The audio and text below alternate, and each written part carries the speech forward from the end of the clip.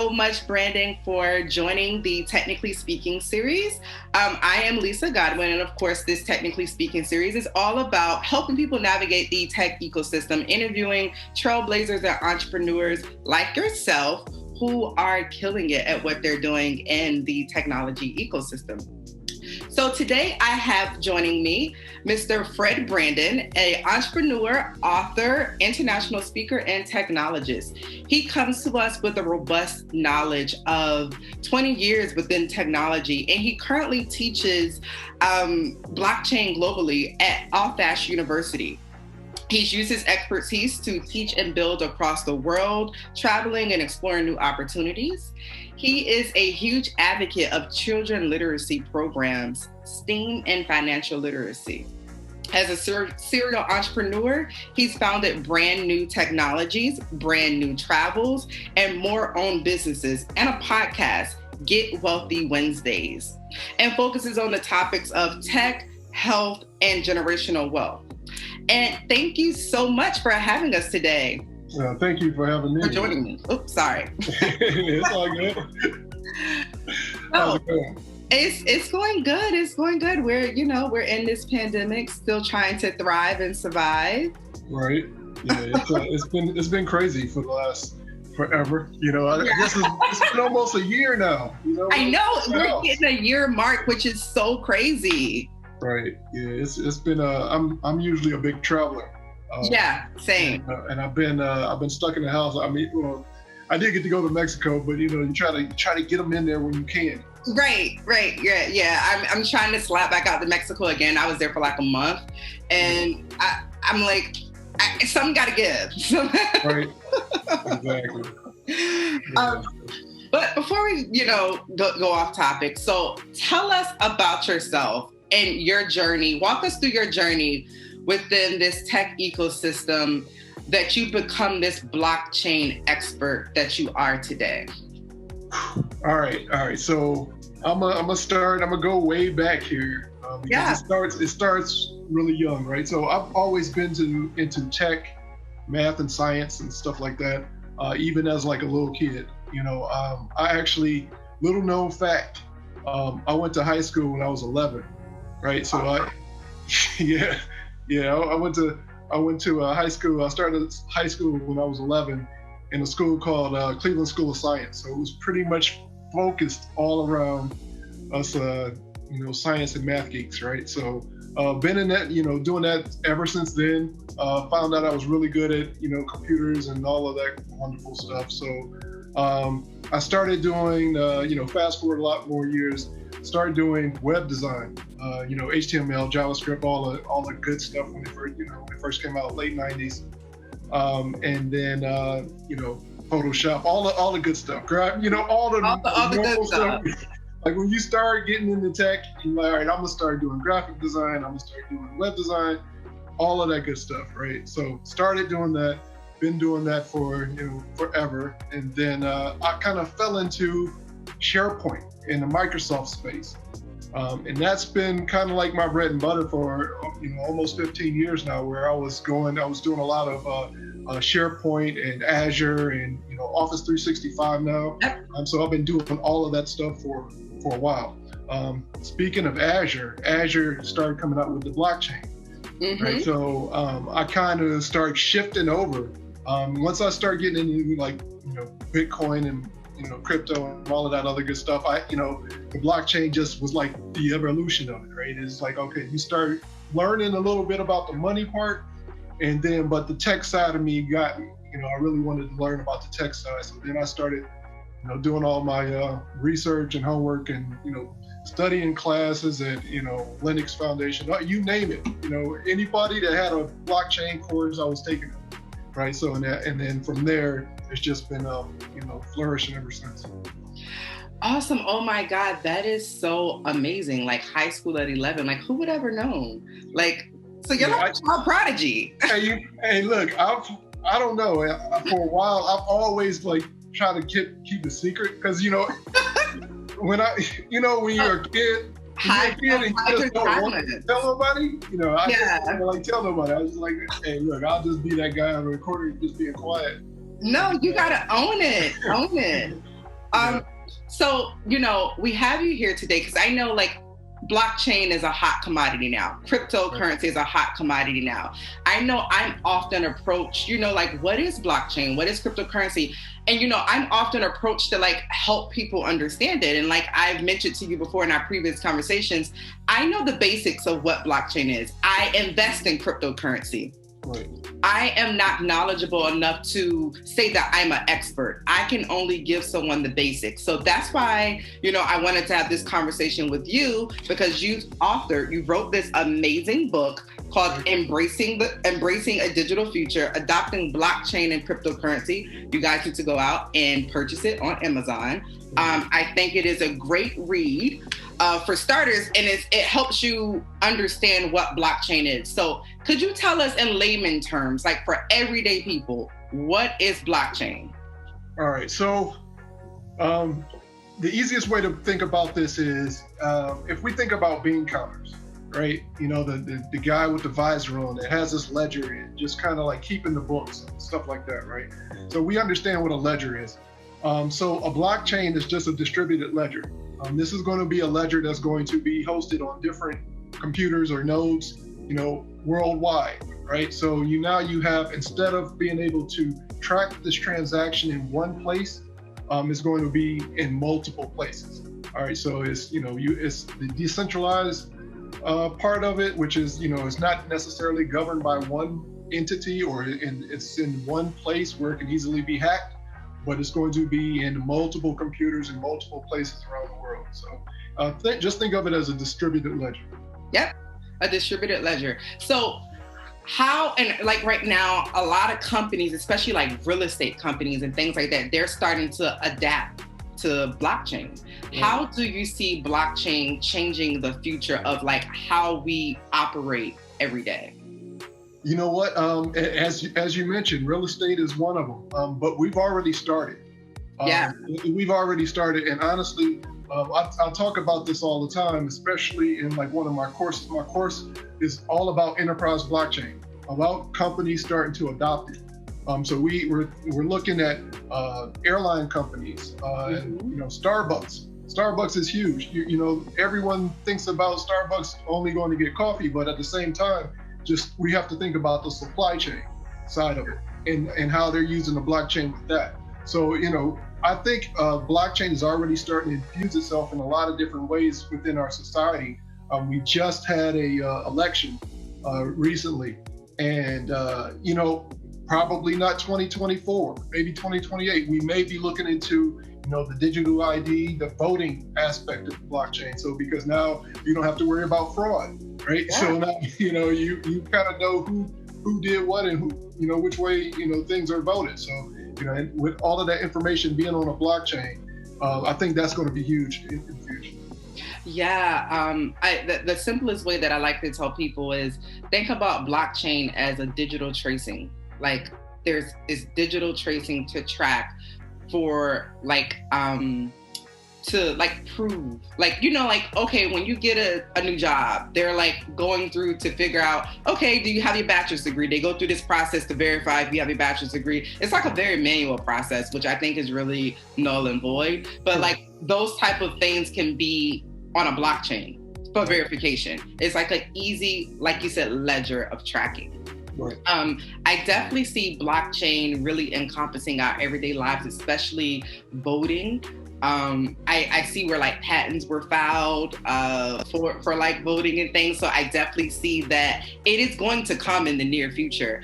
I just want everyone to be prepared because I see that a lot of communities, especially like minority communities, are like really behind within technology. So I think it's imperative for this knowledge to be out there for people to learn and so that they aren't left behind.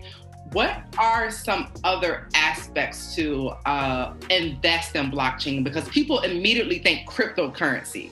Yeah. And I tell people all the time, blockchain is just not cryptocurrency. Cryptocurrency is so much more to blockchain than just crypto. What are some other aspects of how people can invest in blockchain?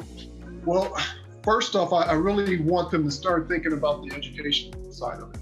Yeah. Right? Because this is, it's going to be huge. I mean, we're at the beginning of it a little bit, right? It's been around for a little while, and the companies are starting to adopt it.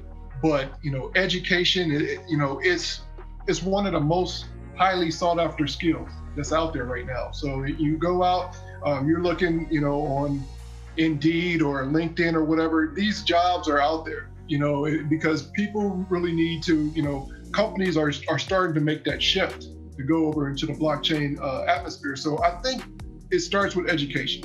Once you understand exactly what it is, then you can start understanding like the crypto side of it, right? Because the crypto side is so vast, because you kind of just think about Bitcoin, and it's not really just that, right? Because you have so many different projects that's doing so many different things, whether it is going to be a tracking system for our packages, or our meat, or whatever, anything like that, or like artists are using it right now with like NFTs, which is non-fungible tokens, right? So you can pretty much know exactly that this piece of artwork is one of one, or one of 10, or whatever it is going to be, and so exactly what's going on. So understanding exactly what it is and how we can start using it within our society, I think that starts it off once we start thinking about education. Yeah, that's so true. That's so true. So heading over to the crypto conversation, because like I said, I'm always asked like, oh, what are you investing in?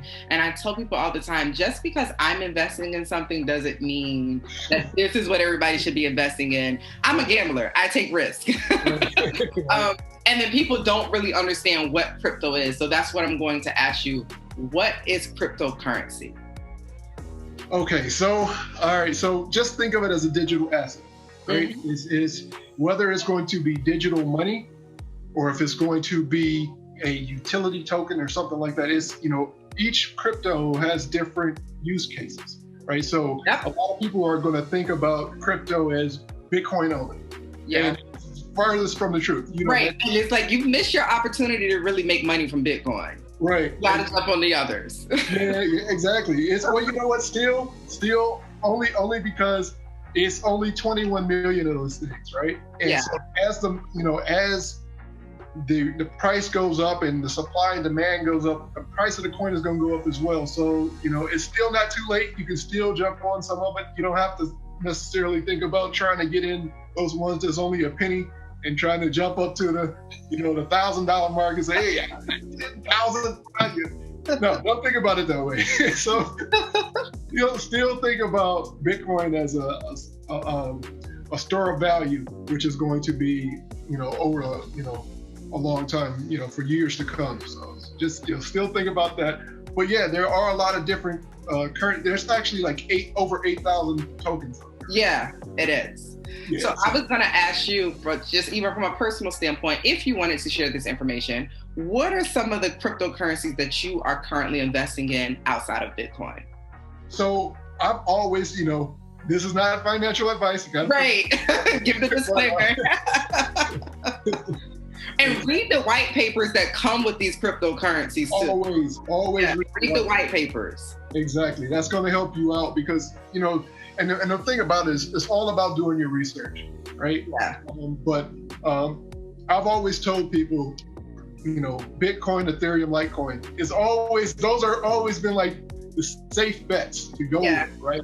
But at the same time, there are so many different things that you could possibly get into. And like I said, there's so many different projects that's coming out. You have the DeFi space that's really big right now. So DeFi is decentralized financing. So just some of those things that's going on. I try not to talk about the altcoins too much because I really want people to understand exactly what Bitcoin is and the store value that it actually has. But sometimes when you start getting into some of those altcoins, people start. It's the gambling side of people. It's the gambling side.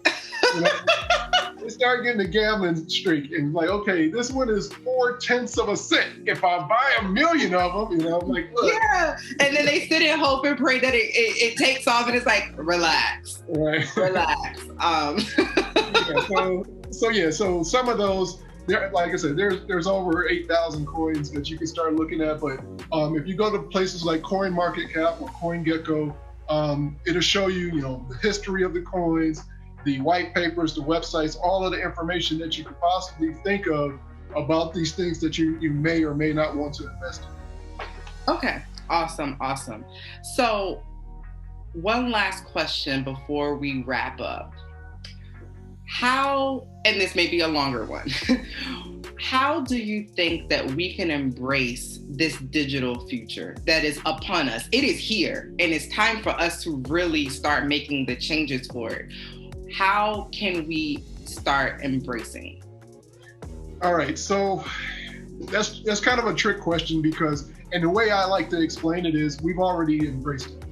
Now we've changed the face of it, but we've already embraced it, right? So if you think about PayPal, Cash App, Venmo, Google Pay, we've been doing digital transactions for a very long time. Where we're doing things. Even something basic as email, right? Mm-hmm. If you think about crypto in the same same style of email, where I need to send something to someone else's address, right? Same mentality. So being able to start thinking about how we always, conducted business, or we're doing it digitally. We're doing, COVID has been an eye-opener for a lot of people, where it's just like, look, we don't want to touch money. We want to do everything digitally. We want to do everything at home. So being able to start embracing the digital side of transactions, I think that this is just the next step in the evolution of saying, okay, I want to be able to be my own bank. I want to start thinking about crypto in a different light. It's just saying, not just sending payments from here to there, but because crypto is a borderless application, I can start doing transactions, whether I do have family in a different country. If I want to send, that's always been big, and a lot of people in the United States that may live here, but they may come from somewhere else and they want to send money back home. The fees, I'm trying to keep it PG, but the fees that you no, I get it, yeah. Fees that you usually get by some of these companies, you send in $100 and by the time they get it, it's like $37 because they taxed you so much just to make these fees, right? So you're starting to think about it in a different way to say, okay, I can be the bank. I don't need to have a middleman to start, processing these transactions for me. I can send them direct.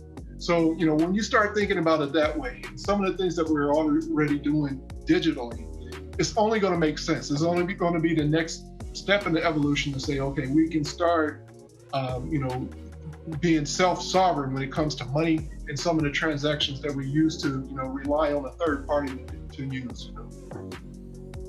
Okay.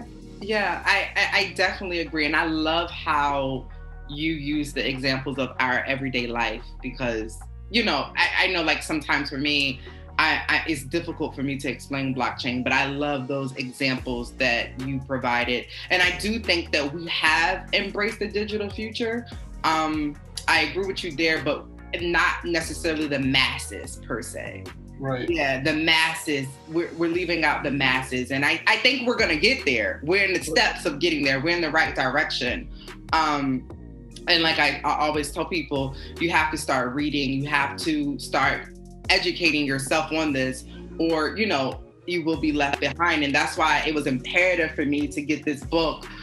Because I learned things in this book that I didn't know. Like, this book gives definitions and it really breaks things down. So I encourage everyone to go buy this book that you have wrote, because I think that it could be used as a source, as a dictionary for people, especially when you're going to read these white papers, you're trying to figure out what's going on, and they're using all this jargon that you may not be familiar with. You can reference this book. So one last question, a rapid fire question, random, totally off topic. What has been one of the things that you enjoyed the most during this pandemic? Okay, writing a book. Writing a book. write the book. Yeah, write the book. Yeah, I mean, I can imagine that's a good stress reliever. Yeah, writing a book, finding a lot of like-minded people on Clubhouse. That's been huge. Yeah, I swear I can't boost it enough. But just finding a lot of different people on Clubhouse that think like you, that may be in the same blockchain and crypto space, have really been huge. It's a Clubhouse, a club called the Black Bitcoin Billionaires. That's all about empowering our people and understanding a lot about Bitcoin and Bitcoin education. And in all the crypto and blockchain stuff too, but at the same time, just understanding that this is going to be a place that you create a foundation upon for the future. And as you said, a lot of the masses have not adopted it yet because they're still stuck in that old mentality of this is the bank, this is what I've always done. Watch, if it's not broke, don't fix it. Mm-hmm. When we know it's broken. Yeah. It's like if they can print another $1 trillion in the basement tonight, they'll do it. And it was like, well, where's the value, right? So it's broken, but we don't really know that, we haven't convinced ourselves that it's broken yet. So I think that's part of it. Once, we start educating ourselves a little bit more about understanding how this, how banking and how money really works, I think then that will start the push of people trying to find something where the store of value will remain, or at least appreciate instead of steadily depreciating because of inflation. Yeah, I definitely agree. So before we go, can you tell everyone where to find you, how to reach out to you? This is your time to give your shout outs. Okay, all right, great. All right, so I am you can find me on fredbrandon.info. That is my website. All of my contact information is going to be there. I am IMF Brandon across the board. New network, Instagram, you name it, Clubhouse, you name it. It's IMF Brandon. YouTube, I have a lot of different videos. If you look into, understand a little bit more about crypto, learn a little bit more about generational wealth. I have a whole bunch of series on there. The podcast is Get Wealthy Wednesdays. That's pretty much about it. IMF Brandon pretty much everywhere. Awesome. Thank you so much for sharing your time and your knowledge with us today. Like I said, I think it's imperative because we are in this digitalizing our future. So I think that it's imperative. I would love to continue this conversation because I feel like there's going to be more. So do not be shocked if I ask you again to come on for something else, because I feel like as things continue to evolve, this knowledge is going to continue to grow and people are going to have more questions. So I thank you so much for sharing your time and knowledge with us. I appreciate it. Anytime you want me back, I'll gladly be here. I appreciate it. Thanks for reaching out. No problem. Thank you so much. Thank you.